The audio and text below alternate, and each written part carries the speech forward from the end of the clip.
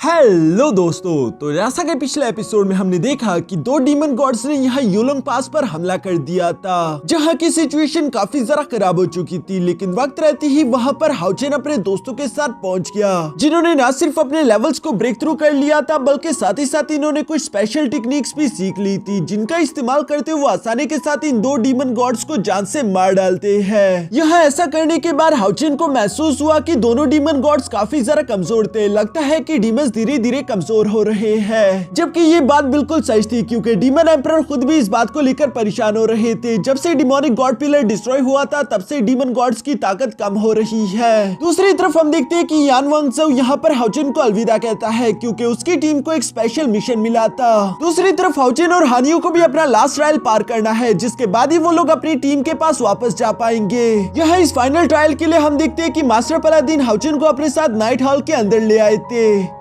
अब आगे तो नेक्स्ट एपिसोड की शुरुआत यहाँ उसी सीन से शुरू होती है, जहाँ हाउचेन अपने सामने एक गोल्डन थ्रोन को देख पा रहा था। साथ ही साथ वो बताता है कि टेंपल ऑफ नाइट ने पूरे 10,000 साल लगाकर मेहनत करते हुए सिर्फ 12 इस तरह के गोल्ड थ्रोन क्रिएट करे थे। ये डीमंस के खिलाफ बहुत ही ज्यादा एक्स्ट्रा ऑर्डिनरी वेपन्स है। सबसे पहले पर तो आता है सील डिवाइन थ्रोन्स, उसके बाद सेकंड नंबर पर यही आते हैं। और आज के दिन हाउचेन इसी गोल्डन थ्रोन को हासिल करने के लिए नाइट असेसमेंट एग्जाम देने वाला है, जो कि वो एक कदम आगे बढ़ाते साथ ही फौरन शुरू हो गया। हाउचेन को वहाँ पर किसी की आवाज भी सुनाई दे रही थी, जो कि हाउचेन से कह रहा था कि गोल्डन थ्रोन एक बहुत ही ज्यादा रेयर आर्टिफैक्ट है, जबकि इस जनरेशन में ऐसे बहुत ही कम लोग हैं जो कि इस नाइट असेसमेंट को पास करके इस गोल्डन थ्रोन आर्टिफैक्ट को हासिल कर पाए हो। यह ये सब कहते साथ ही अचानक वो गोल्डन थ्रोन हाउचेन के सामने से गायब होकर काफी दूर चला गया, जबकि तभी अचानक हाउचेन के सामने एक बहुत बड़ा पोर्टल भी ओपन हो जाता है, जिसके अंदर का ऑरा महसूस करके हाउचेन हैरान होते हुए कहता है कि ये आखिर किस तरह का स्ट्रॉन्ग प्रेशर है, जो कि सामने मौजूद उसी आदमी की बॉडी से आ रहा था, क्योंकि उसकी बॉडी पर भी बिल्कुल इसी तरह की गोल्डन थ्रोन वाला आर्मर लगा हुआ है। इसे गोल्डन बेस फाइन आर्मर भी कहते हैं, जिसे महसूस करके हाउचेन समझ गया था कि ये पेडेस्ट्रियल आर्मर से भी कई गुना ज्यादा ताकतवर है। ये सब सोचने के बाद हाउचेन अपने सामने मौजूद उस मास्टर को रिस्पेक्ट पेश करता है, जहाँ पर हमें जानने को मिलता है कि इस मास्टर का नाम है यांग हाउजू। जबकि दूसरी तरफ मास्टर पलादीन ने तो हाउचेन को सिर्फ यही बताया कि ये आज के दिन तुम्हारे एग्जामिनर होंगे। दूसरी तरफ मास्टर हाउजू यहाँ पर हाउचेन से कहते हैं कि असेसमेंट बहुत ही सिंपल है, तुम्हें आज के दिन मुझे हराना होगा। अगर तुम मुझे हरा दो तो ये गोल्डन फाइन बेस आर्मर तुम्हारा हो जाएगा, और अगर तुम मुझे नहीं हरा पाते तो यहाँ से वापस जाकर अपनी कल्टीवेशन पर ध्यान देना।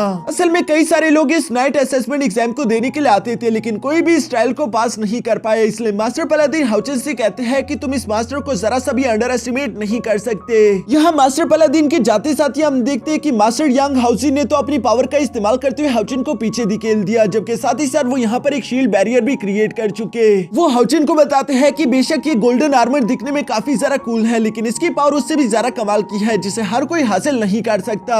जो सुनकर हाउचेन भी अपने दोनों सोर्ड्स को बाहर निकालते हुए कहता है कि ठीक है मास्टर, फिर आप मुझे सिखाइए, मैं सीखने के लिए तैयार हूँ। ये कहते साथ ही उसने आगे की तरफ बढ़ते हुए मास्टर पर हमला करना शुरू कर दिया। लेकिन दूसरी तरफ मास्टर हाउजी को तो ये सब देखकर बिल्कुल भी फिक्र नहीं हो रही थी, बल्कि उनके चेहरे पर मुस्कान आ जाती है। हम देखते हैं कि हाउचेन जैसे अटैक करने के लिए मास्टर हाउजी के करीब आया, तभी अचानक उनके आसपास एक स्टार बैरियर क्रिएट हो जाता है, जिसे हाउचेन चाहकर भी ब्रेक नहीं कर पा रहा था। इवन कि वो भी हैरान होकर कहता है कि आखिर ये है क्या, जिस पर मास्टर हाउजी जवाब देते हुए कहते हैं कि ये फाइन गोल्डन आर्मर की बस एक मामूली सी पावर है। एक बार ये गोल्डन थ्रोन जिसे भी अपने मास्टर के तौर पर एक्सेप्ट कर ले, ये उसके हर एक डिफेंस और अटैक स्पेल को पूरी तरीके से इम्प्लीफाई कर देता है। यह ये सब कहने के बाद मास्टर हाउजी एक मामूली सा अटैक हाउचेन पर चल देते हैं, जो कि हाउचेन के लिए इतना ज्यादा खतरनाक था कि वो बेहोश होता उड़ता हुआ जमीन पर जा लगा।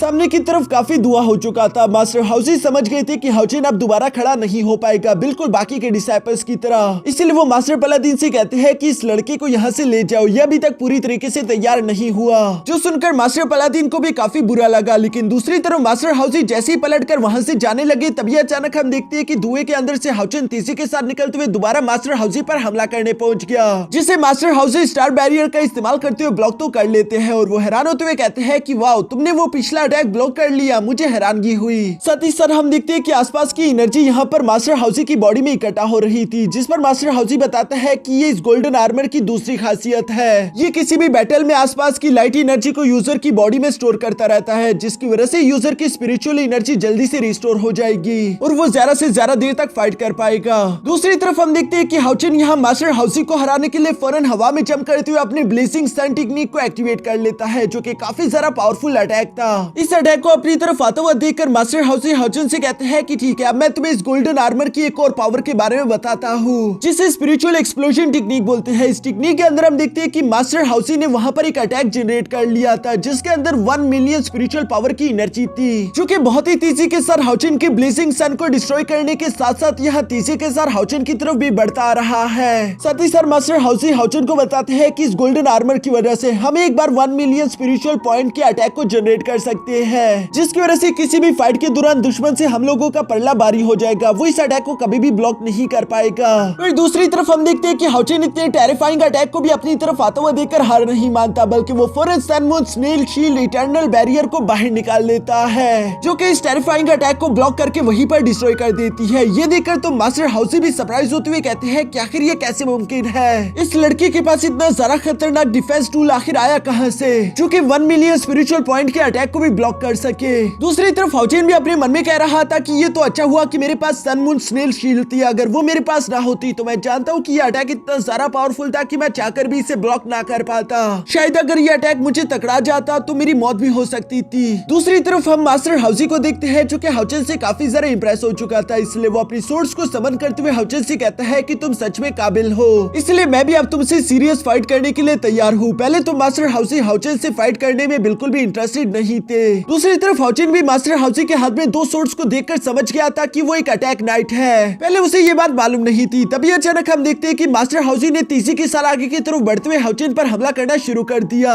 जहां उनकी ताकत बेमिसाल थी। दूसरी तरफ हाउचिन भी अपनी पूरी कोशिश करता है कि वो मास्टर हाउसी को टक्कर दे सके, लेकिन मास्टर हाउसी तो उसे एक जोरदार किक करते हुए पीछे की तरफ हटा देते हैं, जहां पर पीछे आते साथ ही हम देखते हैं कि हाउचिन ने फौरन अपने असुरा स्लैश को रेडी करना शुरू कर दिया, जो कि हाउचिन की एक पावरफुल टेक्निक थी। लेकिन हम देखते हैं कि दूसरी तरफ मास्टर हाउसी ने तो काफी आसानी के साथ एक मामूली स्लैश से ही हाउचिन की इस पावरफुल अटैक को रास्ते में ही डिस्ट्रॉय कर दिया था, जो देखकर हाउचिन को हैरानगी जरूर हुई, लेकिन वो रुकता नहीं, बल्कि हम देखते हैं कि उसने बैक टू बैक अपने डबल ड्रैगन टेक्निक को रेडी कर लिया, जो देखकर दूसरी तरफ मास्टर हाउसी भी अपने स्पिरिचुअल ड्रैगन को वहां पर समन कर लेते हैं और हम देखते हैं कि ये दोनों तेजी के साथ जाते हुए सीधा एक दूसरे से टकरा गए। लेकिन चूंकि मास्टर हाउसी का अटैक काफी ज्यादा पावरफुल था, इसलिए हाउचिन उड़ता हुआ पीछे की तरफ आ गिरता है। साथ ही साथ वो अपने मन में कह रहा था कि ये अटैक मैंने पहले भी कहीं पर देखा था, और थोड़ी देर सोचने पर अचानक ही हाउचिन को याद आ गया कि मास्टर हाउसी तो बिल्कुल यांग वानसाओ की तरह ही अटैक्स का यूज कर रहे हैं। लगता है कि मास्टर हाउसी यांग वानसाओ के कुछ रिलेटिव होंगे, लेकिन फिलहाल तो हाउचिन के लिए ये नाइट असेसमेंट जीतना ज्यादा इंपॉर्टेंट था, इसलिए हम देखते हैं कि उसने फौरन से हवा में जंप कर दी, जहां पर वो बैप्टिज्म ऑफ लाइट टेक्निक का यूज करने शुरू हो गया, जिससे मास्टर हाउसी भी पहचान गए थे। वो हाउचिन को देखकर कहते हैं कि वाओ, तुमने फैंटम केव की सबसे टॉप सीक्रेट स्किल को सीख लिया, ये कमाल की बात है, लेकिन अभी भी तुम्हें बहुत कुछ सीखना बाकी है। जो कहते साथ ही मास्टर हाउसी ने अपनी डबल सोर्ड स्लैश टेक्निक को रेडी करते हुए फौरन से हाउचिन पर हमला कर दिया। हाउचिन भी इस अटैक से टकराकर फौरन जमीन पर आ जाता है और वो हैरान होते हुए अपने मन में सोच रहा था कि आखिर ये कैसे मुमकिन है, मास्टर हाउसी के स्लैश अटैक ने मेरी सीक्रेट स्किल को इतनी आसानी के साथ ब्रेक थ्रू कैसे कर दिया। जिस पर मास्टर हाउसी अपनी डबल सोर्ड स्लैश टेक्निक को दोबारा से रेडी करते हुए हाउचिन को बताते हैं कि इसे लिन गैंग टेक्निक बोलते हैं, जिस यूनिक स्किल को परफॉर्म करने के लिए किसी भी नाइट की पावर एटलीस्ट लेवल 8 तक जरूर होनी चाहिए। इस अटैक के दौरान नाइट अपनी बॉडी की सारी स्पिरिचुअल पावर सोर्स में इकट्ठा कर लेता है, जिसकी वजह से वहां पर एक बहुत ही पावरफुल एक्सप्लोसिव होगा। ये कहते हुए उन्होंने एक बार फिर से हाउचिन पर इस टेक्निक का इस्तेमाल किया, जिससे टकराकर हाउचिन दोबारा से पीछे आ जाता है और वो खड़ा होते हुए कहता है कि अच्छा, अगर यही बात है तो मैं भी इस लिन गैंग टेक्निक को परफॉर्म करना चाहूंगा। जो कहते साथ ही हाउचिन ने अपनी दोनों सोर्स को हवा में क्रॉस की तरह पकड़ लिया और इसी वजह से हम देखते हैं कि आसपास की लाइट एनर्जी हाउचिन की बॉडी में इकट्ठा होना शुरू हो गई, जो देखकर तो मास्टर हाउसी की आंखें भी खुली की खुली रह गई थी। वो हैरान होते हुए कहते हैं कि आखिर इस लड़के में लाइट इन्फिनिटी इतनी ज्यादा कैसे।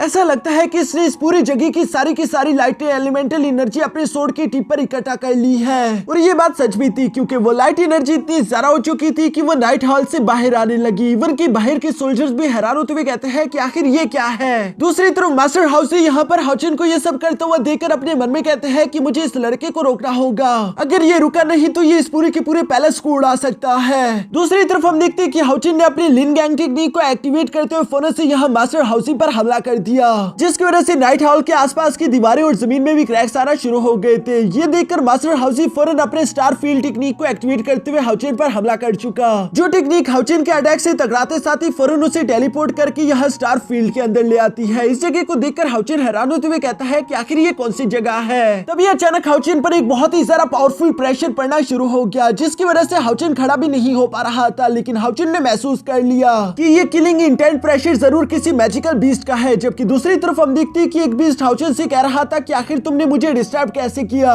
मुझे डिस्टर्ब करने की सिर्फ एक ही सजा है और वो है मौत। जो कहते साथ ही वो अपने पंजे का इस्तेमाल करते हुए हाउचिन पर हमला करने लगा। दूसरी तरफ वहीं पर मौजूद मास्टर हाउसी भी उस बीस्ट को रोकने की अपनी पूरी कोशिश करते हैं, लेकिन वो बीस्ट रुकने वाला नहीं था। इसलिए इससे पहले कि वो हाउचिन को इंजर्ड कर पाता, तभी अचानक हम देखते हैं कि ऑस्टन ग्रिफिन की पावर एक्टिवेट हो गई, जो कि ना सिर्फ उस बीस्ट को पीछे हटा देती है, जबकि साथ ही साथ वो स्टार फील्ड को तोड़ते हुए फौरन से हाउचिन को भी बाहर निकाल चुका। हावी यहाँ पर अपने क्यूट से फॉर्म में आते हुए मास्टर हाउसी की तरफ भड़कने शुरू हो गया, जो देखकर मास्टर हाउसी याद करते हुए कहता है कि क्या वो टेरिफाइंग पावर इस छोटे से क्यूट से बीस्ट की थी, मुझे तो यकीन नहीं आता। ये कहते साथ ही उन्होंने अपनी सोर्स को वापस रख लिया, जिसकी वजह से हावी भी थोड़ा सा शांत हो जाता है। हाउचिन मास्टर हाउसी को यूं अपनी सोर्स को वापस रखता हुआ देखकर उनसे कहता है कि क्या हुआ मास्टर, क्या आप आगे फाइट नहीं करना चाहोगे। जो सुनकर मास्टर हाउसी हाउचिन की तरफ बढ़ते हुए कहता है कि ऑलरेडी तुमने मुझे अपनी जितनी भी स्ट्रेंथ दिखाई वो सबके सब कमाल की थी। मैं जब से यहाँ का एग्जामिनर बना हूँ मैंने आज तक कोई ऐसा डिसाइपल नहीं देखा जो तुमसे बेहतर हो। इवन कि तुम वो पहले इंसान होंगे जो कि यहाँ तक पहुँच पाए, इसलिए मैं कहना चाहूंगा कि तुमने इस नाइट असेसमेंट एग्जाम को पास कर लिया है। जो सुनकर हाउचिन हैरान होते हुए कहता है मैंने पास कर लिया, लेकिन अभी तक तो मैंने आपको हराया भी नहीं। यहाँ क्यूट सा हावी तो हाउचिन के साथ खेलते हुए आखिरकार वहाँ से वापस चला जाता है। दूसरी तरफ मास्टर हाउसी हंसते हुए कहते हैं कि क्या तुम्हें सच में लगा था कि तुम्हें मुझे हर हाल में हराना ही होगा, उसके बाद ही इस टेस्ट को तुम पास कर पाओगे। यार ये तो मेरी बेइज्जती हो जाएगी, मैं तुमसे लेवल में हाई हूँ, तुम अभी तक सिर्फ लेवल 8 की नाइट हो, भला तुम मुझे कैसे हरा सकते हो। जो सुनकर हाउचिन अपने मन में सोचते हुए कहता है कि मास्टर हाउसी बिल्कुल ठीक कह रहे हैं, क्योंकि ये वो इंसान है जिन्होंने एक ऐसे मिथिकल बीस्ट को कंट्रोल कर लिया जो कि स्टारी स्काइज को बिलोंग करता है। साथ ही सर हाउचिन को ये बात भी समझ आ गई थी कि मास्टर हाउसी यहाँ पर मास्टर यांग के ब्रदर है। ग्रैंडपा यांग को तो आप लोग जानते ही होंगे, जो कि नाइट टेंपल की लीडर होने के साथ साथ एक डिवाइन नाइट भी है, और चूंकि मास्टर हाउसी उनके ब्रदर है तो यानी कि वो मास्टर यांग के दूसरे नंबर पर आएंगे। इसलिए अगर देखा जाए तो वो अलायंस में सबसे सेकंड नंबर पर पावरफुल इंसान है। यानी कि अगर सीधी तरीके से कहूँ तो मास्टर हाउसी एक स्टार होली नाइट है जो कि डिवाइन नाइट के सेकंड नंबर पर आते हैं। हाउचिन को यहाँ पर ये सारी बातें जैसे ही समझ आई वो दोबारा से मास्टर हाउसी को रिस्पेक्ट पेश करते हुए कहता है कि मुझे स्टार होली नाइट से मिलकर काफी जरा अच्छा लगा, ये मेरे लिए फख्र की बात है। जो सुनकर मास्टर हाउसी भी हाउचिन के कंधे पर हाथ रखते हुए कहते हैं कि तुम्हें इतना ज्यादा फॉर्मल होने की कोई जरूरत नहीं। यहाँ ये सब कहते साथ ही अचानक हम देखते हैं कि मास्टर हाउसी ने अपने स्टार पावर्स का इस्तेमाल किया, जो देखकर हाउचिन हैरानगी के साथ खुद को देख रहा था। दूसरी तरफ मास्टर हाउसी हाउचिन से कहते हैं कि अब तो तुमने महसूस कर लिया होगा कि तुम्हारी ब्रेथ छुप चुकी है, जिसका मतलब कि अब कुछ देर तक डीमंस तुम्हें महसूस करके ढूंढ नहीं पाएंगे। मुझे अलायंस टेंपल की तरफ से ये ऑर्डर मिला था कि मैं तुम्हारी इस काम में मदद करूं और इसलिए भी मैं यहाँ पर आया था। तभी अचानक दूसरी तरफ हम देखते हैं कि वो गोल्डन थ्रोन भी हाउचिन के सामने समन हो जाता है, जहाँ पर मास्टर हाउसी हाउचिन से कहता है कि अब डीमंस तुम पर नजर रख रहे हैं। बेशक मैंने तुम्हारी ब्रेथ को हाइड करने में तुम्हारी मदद तो कर दी, लेकिन अभी भी डीमंस तुम्हारा पीछा नहीं छोड़ेंगे, और इससे पहले कि तुम्हारी आइडेंटिटी उन लोगों के सामने रिवील हो जाए तुम्हें खुद को और ज्यादा ताकतवर करना होगा। जो सुनकर हम देखते हैं कि हाउचिन ने धीरे धीरे से उस गोल्डन थ्रोन की तरफ बढ़ना शुरू कर दिया, जहाँ पर बैठते साथ ही अचानक हम देखते हैं कि वो गोल्डन थ्रोन हाउचिन के लिए एक आर्मर में ट्रांसफॉर्म होना शुरू हो जाता है। जो सीन दिखने में तो काफी जरा कूल लग रहा था। यहाँ इस न्यू आर्मर के बाद हम देखते हैं कि हाउचिन धीरे धीरे से जमीन पर आ जाता है, जहाँ पर मास्टर हाउसी हाउचिन की तरफ आते हुए कहते हैं कि मुझे तुमसे एक और बात करनी है। मुझे मेरे स्टारी मिथिकल बीस्ट ने बताया कि वो स्टार्स में पैदा होने वाला सबसे पहला मिथिकल बीस्ट था, लेकिन आज के दिन उसका जिसने सामना किया वो एक डीमंस है जो कि स्टार्स में उससे भी कई वक्त पहले पैदा हुआ था। जो सुनकर तो हाउचिन भी काफी जरा सरप्राइज हो जाता है। दूसरी तरफ मास्टर हाउसी हाउचिन से कहते हैं कि अगर हो सके तो अपने उस मैजिकल बीस्ट को बाहर जरा इस्तेमाल मत करना, हो सकता है कि उसका डीमन से कोई लेना देना हो।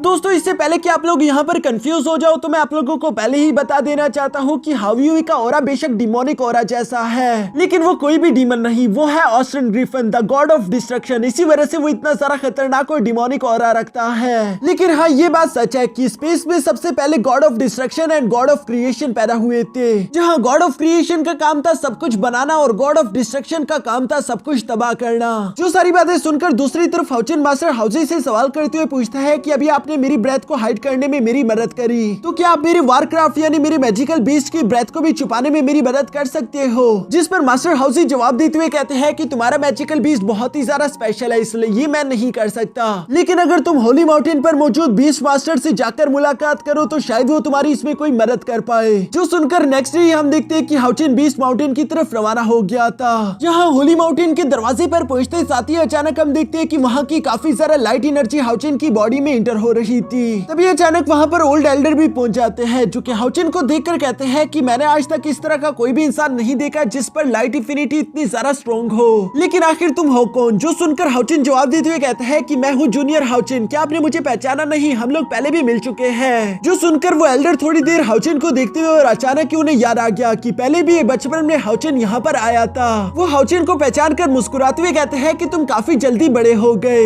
लेकिन आखिर तुम जैसा एक राइजिंग स्टार यहाँ पर क्या कर रहा है? जो सुनकर हाउचिन उस मास्टर से कहता है कि एल्डर मुझे आपसे कुछ मदद चाहिए थी, जिसके बाद हाउचिन ने एल्डर को सब कुछ बता दिया था। एल्डर यहाँ पर हावी को चेक करने के बाद हाउचिन से कहता है कि मुझे माफ कर देना, लेकिन मैं तुम्हारी इस मैजिकल बीस्ट के ऑरा को हाइड नहीं कर पा रहा। मुझे लगता है कि अगर तुम्हें इसे सेफ रखना है तो तुम्हें अपने इस दोस्त को कम से कम बाहर निकालना होगा। जो सुनकर हावी को तो गुस्सा आ रहा था, लेकिन हाउचिन हावी को समझाते हुए कहता है कि फिक्र मत करो मेरे दोस्त, मैं तुम्हें भूलने नहीं वाला, तुम हमेशा मेरे साथ रहोगे। बस सिर्फ ये तब तक की बात है जब तक ये प्रॉब्लम सॉल्व नहीं हो जाती। दूसरी तरफ ओल्ड मास्टर यहाँ पर हाउचिन से कहता है मैं जानता हूँ कि अगर तुम अपने मैजिकल बीस्ट का इस्तेमाल नहीं करोगे तो इससे तुम्हारी ताकत कम हो सकती है, लेकिन अपनी स्ट्रेंथ को इंक्रीज करने के लिए मेरे पास एक दूसरा आइडिया भी है। जो कहती है वो एल्डर यहाँ पर हाउचिन को अपने साथ यूनिकॉर्न बीस्ट के पास ले आता है, जहाँ पर हम देखते हैं कि स्टार यूनिकॉर्न किंग भी वहाँ पर पहुंच गया, जिसे देखकर हाउचिन कहता है कि स्टार यूनिकॉर्न किंग तुमसे मिले काफी वक्त हो गया। दूसरी तरफ स्टार यूनिकॉर्न किंग भी हाउचिन को पहचानते हुए कहता है कि सन ऑफ लाइट, मुझे भी तुमसे मिलकर काफी ज्यादा अच्छा लग रहा है। मैं महसूस कर सकता हूँ कि अब तुम्हारा ऑरा ऑफ लाइट पहले से भी काफी ज्यादा स्ट्रॉन्ग हो चुका है, लेकिन मुझे समझ नहीं आ रहा कि आखिर तुम इस वक्त यहाँ पर क्या कर रहे हो। जो सुनकर हाउचिन जवाब देते हुए कहता है कि मुझे तुम्हारी मदद चाहिए, मैं तुम्हें यहाँ से अपने साथ बाहर लेकर जाने के लिए आया हूँ। तभी अचानक हम देखते हैं कि वहाँ पर बीस्ट मास्टर भी पहुंच गया, जो कि स्टार यूनिकॉर्न किंग से कहता है कि हाँ मैं ये जानता हूँ कि हाउचिन ऑलरेडी एक बीस्ट के साथ अपना कॉन्ट्रैक्ट बना चुका है, इसलिए तुम दोनों आपस में दूसरा कॉन्ट्रैक्ट तो नहीं बना सकते।